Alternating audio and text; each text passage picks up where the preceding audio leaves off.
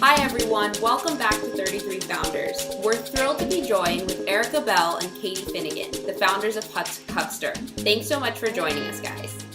Thanks for having us again.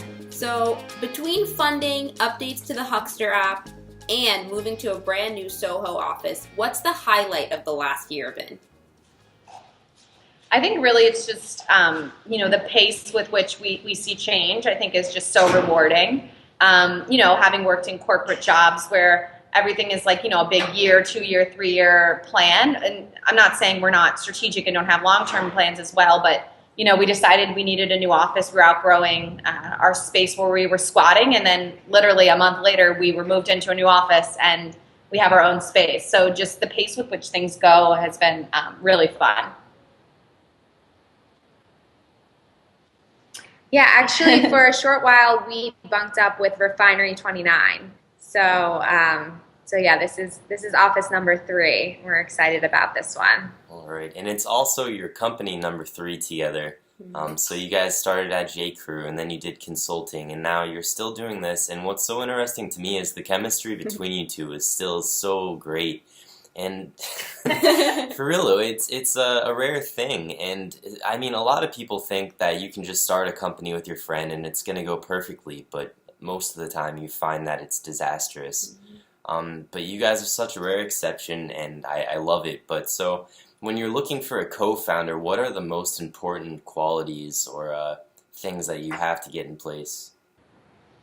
This is something we feel really strongly about, actually. Yeah, I mean, we met as colleagues. So we were introduced at one of our first jobs out of school at J. Crew. And we think that's so important because we had to work through really, really stressful situations together. I mean, the first time we met, we were Probably like crying in a sample closet. Yeah, digging through samples, trying to like pull something together for one of our bosses. And I think it gives you obviously a good perspective on how people, deal with those situations. If you jump into a business with someone you only know in a friendly kind of out of work environment, you might not really know what makes them tick, how they act, how they respond to stress. So we were able to kind of understand each other's, I think, personalities really, really well before we dove into this. Don't get me wrong. I mean, we still are kind of like figuring out how to improve our working relationship, but it's been really helpful to kind of come at it from that vantage point. And not everyone's as fortunate as us to like have the professional experience together, but if you don't, then you should do something that's similarly stressful. And so we like to say train for a marathon or do something like that, where you actually see each other at breaking points and you see is this person going to push me to be stronger, or is this person not going to? Because what you need in a co-founder is someone who's going to continuously push you, because there's so many times that you want to give up. So when you're co-founder dating, you should really have some trials before, not just interviews. You should try something before committing. Definitely. Yeah. That's great. I think that's the best piece of advice I've received on that. I don't know if I'll be running a marathon, but... So last time we spoke, one of the biggest goals was to get a Hukkster button on the remote control. As dangerous as that may be, how close are you guys to integrating those types of experiences? Yeah, so I mean, our vision for Hukkster is really you should be able to tag products anytime, anywhere you're inspired. And so, we have the desktop bookmarklet and browser extension. We rolled out our mobile app. But what our kind of focus is right now is extending that, well beyond kind of these transactional tools, right? So we rolled out our first discovery feature called Huck or Not. We like to call it Tinder for shopping, which lets shoppers just explore new products. So as they're maybe killing time, in line at the grocery store or, right before bed, they can actually explore products, add them to their wish list. They don't really have to have, something in mind. In fact, they'll probably uncover something they never knew that they needed in their closet. So that's one thing that we're really excited about, this new feature. And you'll continue to see more and more of that as we work towards that remote control button. And obviously that was a pretty awesome feature because right now the newest version of your app has a flawless rating in the iTunes store. You're flooded with comments of people just raving about your products. So I mean, what is the recipe for success in the iTunes store? Yeah, I mean, one of the things though we've really stuck to our guns on is every feature, every decision, even like where a button goes, we really put ourselves in the consumer's shoes. And I think so often when you're in the tech world and there's like all of these other things that are just exciting or happening, it's really easy to kind of try to merge a ton of different things that are quote unquote working into your feature when it doesn't necessarily make sense. And so, for example, when you huck something, it's not going to show all of your hucks to everyone in your friend group or something like that, where there's a lot of social things that are successful, right? And there's a time and a place for that. But we felt really strongly that just because it works in one place doesn't mean we just automatically have to put it there. So this really strong belief in what's going to make this exact consumer happy versus what's going to make me look cool, I think it's hard delineation, but I think we've really stuck to our guns there. And don't get me wrong, we don't get it right all the time, but luckily we have a really strong team where we can be nimble and change things fast if we see it's not working. All right, and also, I mean, so a few weeks ago, one of my friends was telling me that I should install this Hukkster thing on my toolbar, and I mean, immediately I wanted to be like, hey, I actually know them, I've spoken to them before. But instead, I just kind of asked how they found out about it. I was curious. I mean, you guys are exploding. He said he saw you on BuzzFeed, though, and so I checked out the article, and it's pretty cool, though. But so, like, what kind of effect do those kind of articles have on your exposure? Is BuzzFeed all it's worked up to be for products? Yeah, I mean, it really depends on the channel, right? So we'll have great success with certain online platforms. BuzzFeed's a great one.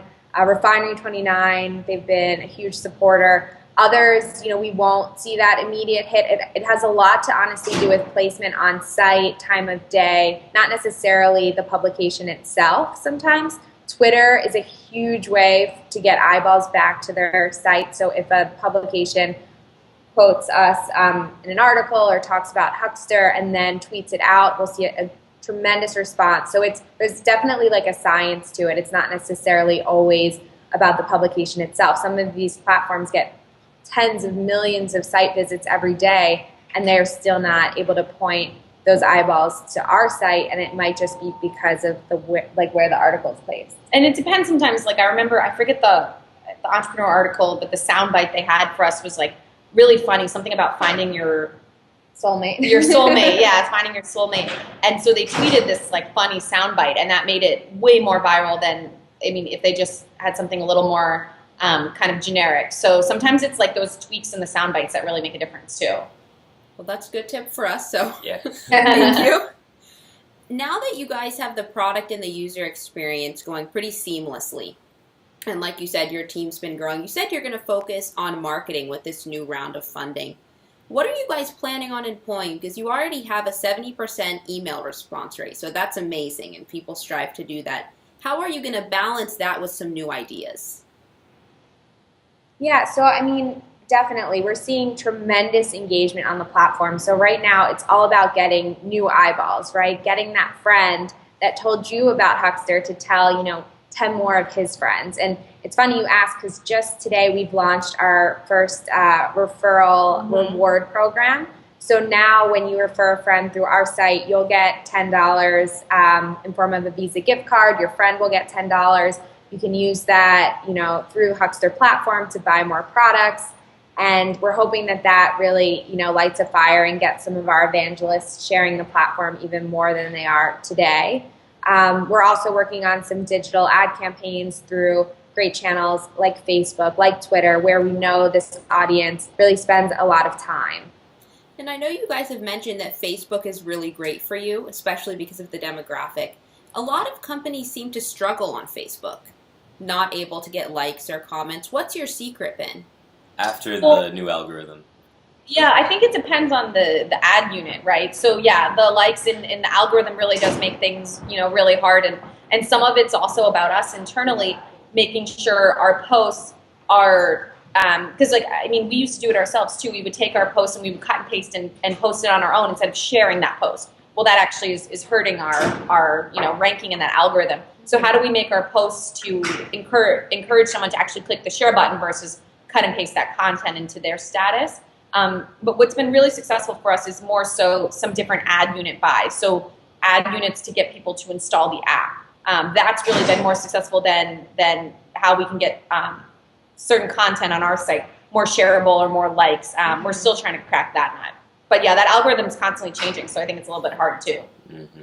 On the note of going forth investing with ads, Katie wrote in an article that it's really important to use money wisely for early stage startups. And a lot of times early stage startups don't have that much to invest in marketing and advertising. What strategies can you give for an early stage startup to make a decision to invest in something with the greatest ROI? Yeah, that's something that we still even struggle with, because some of these platforms, you have to spend upwards of $5,000 or $10,000 to get to kind of the economies of scale to then really reap the benefits. There's no kind of every dollar spent is spent equally. So there's this sort of fixed cost, this baseline cost you need to really understand if this platform's going to work for you.